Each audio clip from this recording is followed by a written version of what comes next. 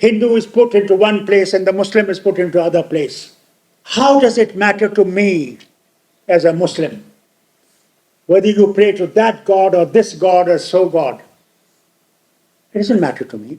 I always tell myself, what unites me with this nation is that hope that we can all progress together by holding hands of each other. That is the hope I have till my dying day. Think of us, pray for us, so that we can get out of this tragedy that we are facing today in the North. Thank God South is still free, and I hope it remains free and develops and gets stronger. We get strength from you. We look at you and we say to ourselves, oh Allah, when will you wake up? So that we can also walk freely, talk freely, think freely. That's what democracy was. Of the people, for the people, by the people. Our children and our people who work suffered, continue to suffer even now in the North, calling them Pakistanis. Our children studying in schools and colleges and universities have to pay a heavy price. When will this end? Will it ever end? But unitedly, if this nation wakes up, unitedly if we stand together to fight, not only of Kerala, but of the entire nation. Nation is going through major crisis.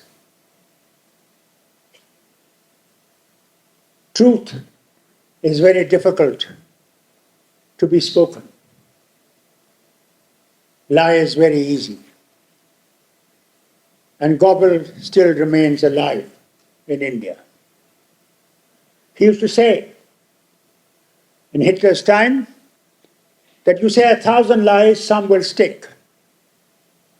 Today, our media is full of lies. The truth is hidden deep below. This was not the democracy that people fought for. We did not. Our forefathers did not drive British out of this nation for a democracy where we would be prisoners. They fought for India, India for all, irrespective of where you belong, what you eat, the way you live, where you pray, who you pray to. That was the battle they fought. If Gandhi arises again, he'll be ashamed of what has happened to this nation. Problem is, this is supposed to be a federal country where states have their power and center has its power. And both blend together for a better future. But today the things are not the same. Today, center controls everything, even jumps into the things that states had. And we pay a heavy price. I wondered when Chief Minister spoke here, how with all the constraints from the center, they've been able to develop the state where poverty nearly has disappeared. This was really something wonderful to hear. Look at my state of Jammu and Kashmir. It could have easily become part of Pakistan when British divided India into two dominions. They divided it on religious basis. On one side, There was Indian National Congress, who fought for unity for all of us. On the other side, there was Jinnah and Sangh that fought for religion. Thank God, we never became a religious state. It's a great achievement of that time. But did we stay on that path? My state turned into union territory, an assembly which hardly has any powers. You pass bills, they get stuck with the lieutenant governor. To this day, business rules have not been completed and given to the state, to the union territory.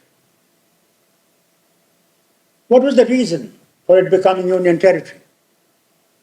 They said the Article 370, which had been bestowed onto the state of Jammu and Kashmir, created terrorism. That was their main factor. Forgetting the day it was given, the Sangh opposed it tooth and nail. There's nothing new. And what happened? They blew this drum all over the nation, and you bought it. But now I ask you, from August 2019, has terrorism disappeared? Has it gone? Have you forgotten Pulwama, where 40 of our brave soldiers died? Have you forgotten Pahalgam? Have you forgotten recently Udhampur, Katra, Kishtwar? It is not 370. It's our neighbor. Neighbor still feels that Kashmir is disputed. They still refer to the United Nations, and we still have United Nations observers observing the border in the state of Jammu and Kashmir. Now, how do you end this crisis?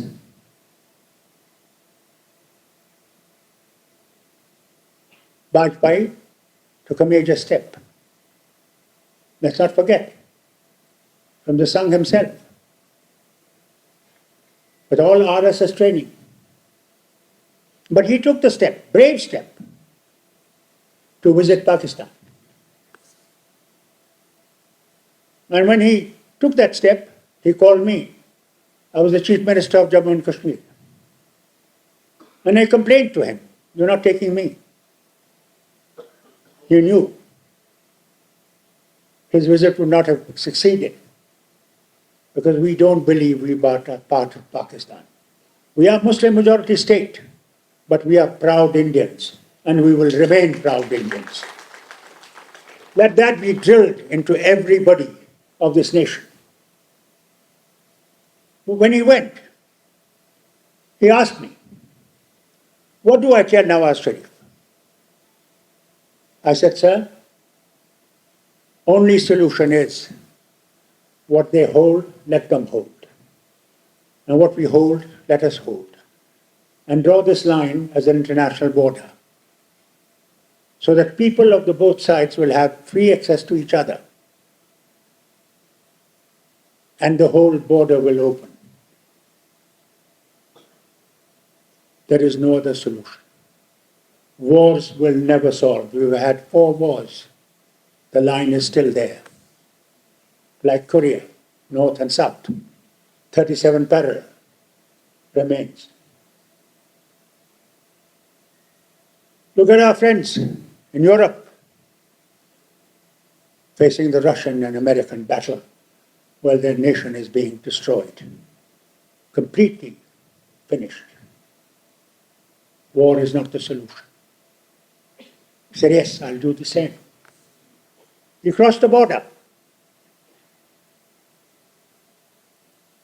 And what did he tell? He told this Nawaz Sharif, the same thing what I'm telling you now. And Nawaz Sharif agreed. He said yes. But the army will not accept it at this time. They still remember the defeat they got in erstwhile East Pakistan, now Bangladesh. How long are we going to bleed? How long is the progress of Jammu and Kashmir going to be at the mercy of our neighbor? Do you ever think? Do you ever ponder how we live? Do you see the recent agreement with America? We are frightened. We don't have oil, we don't have gas. We have the natural beauty that God has given us. Now look at what is happening. If that is correct, because they have not explained to this day what that agreement is, we are horticultural producers. What will happen to our apples, to our walnuts, to our almonds?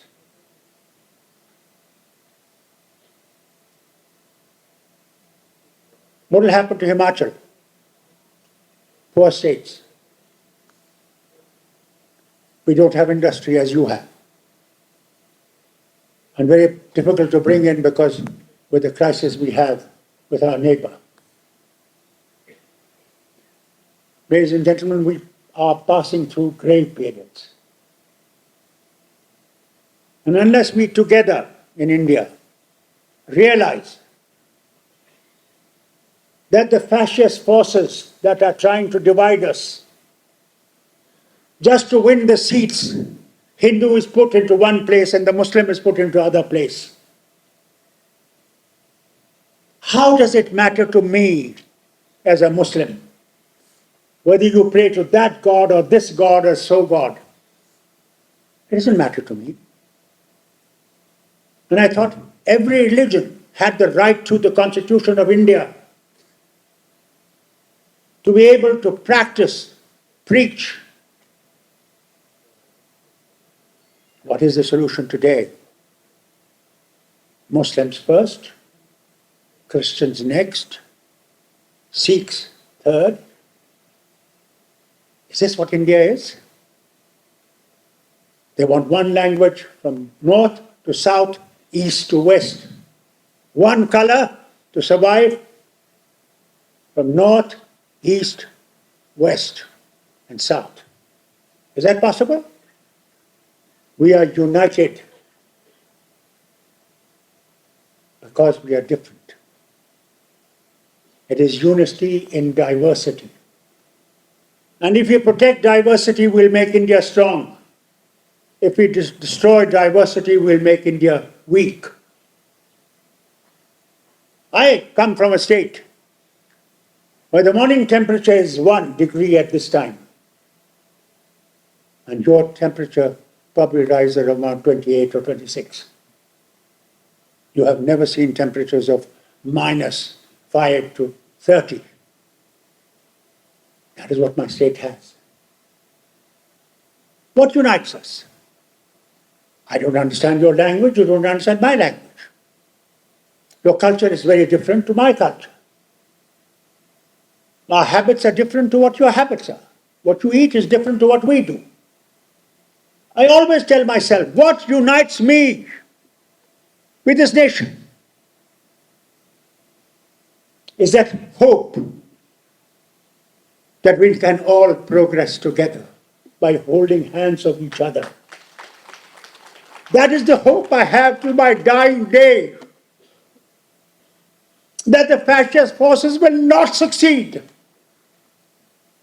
They will die like Hitler died.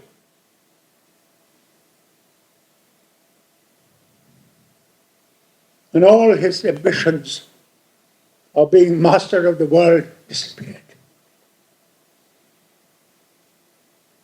I took this journey, 90 years age, to tell you Think of us. Pray for us so that we can get out of this tragedy that we are facing today in the north. Thank God South is still free, and I hope it remains free and develops and gets stronger. We get strength from you. We look at you and we say to ourselves, oh Allah, when will you wake up so that we can also walk freely, talk freely, think freely? That's what democracy was. Of the people, for the people, by the people. Our children and our people who work suffered, continue to suffer even now in the north.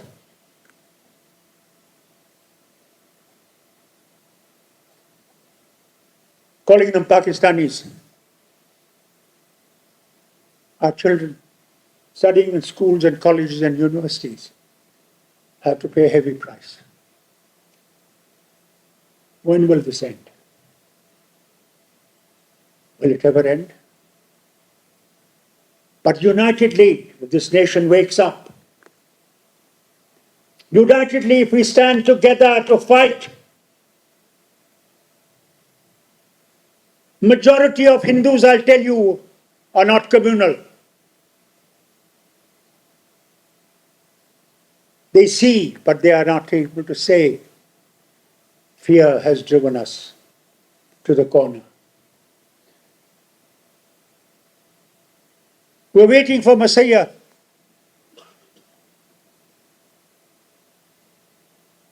Like the Israelites waited. When Pharaoh did everything to punish them, Moses came. Moses freed them. But look at today. The same people who suffered the crisis of Germany, so many million put into gas chambers. What are they doing to the Muslims of Palestine? They forgot what they went through. Look at Cuba today. Also part of this world.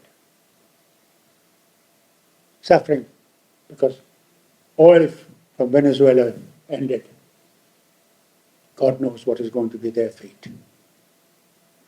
We are dictated that you will not buy Russian oil.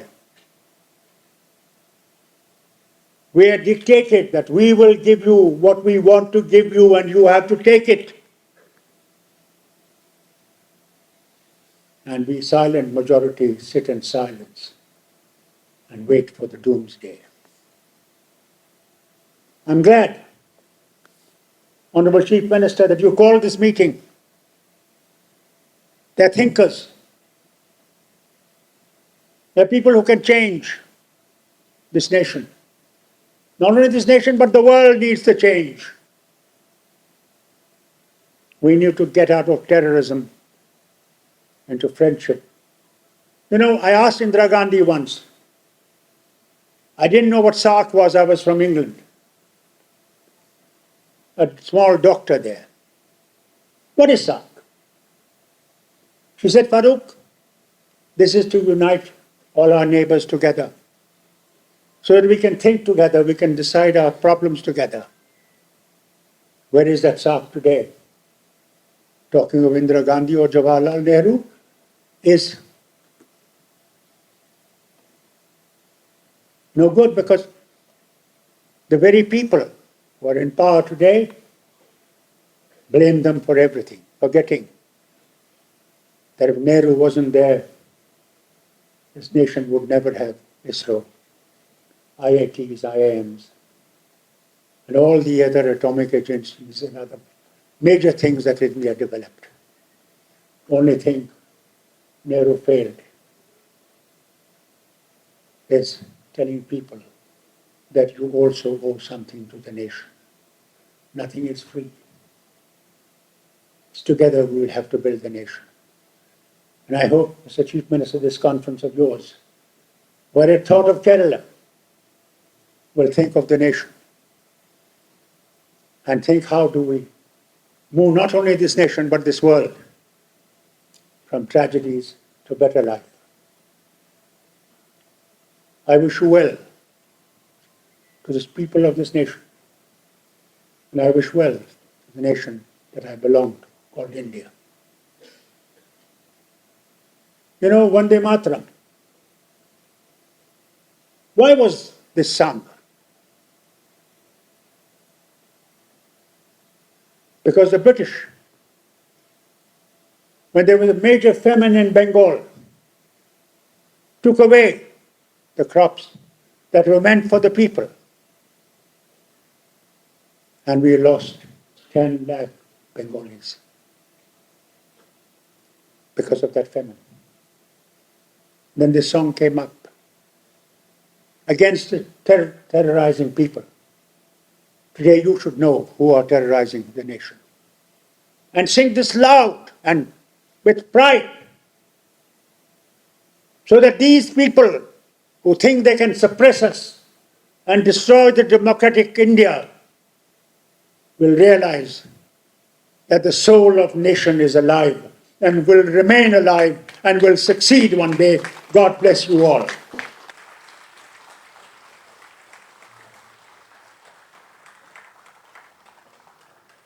Thank you, sir.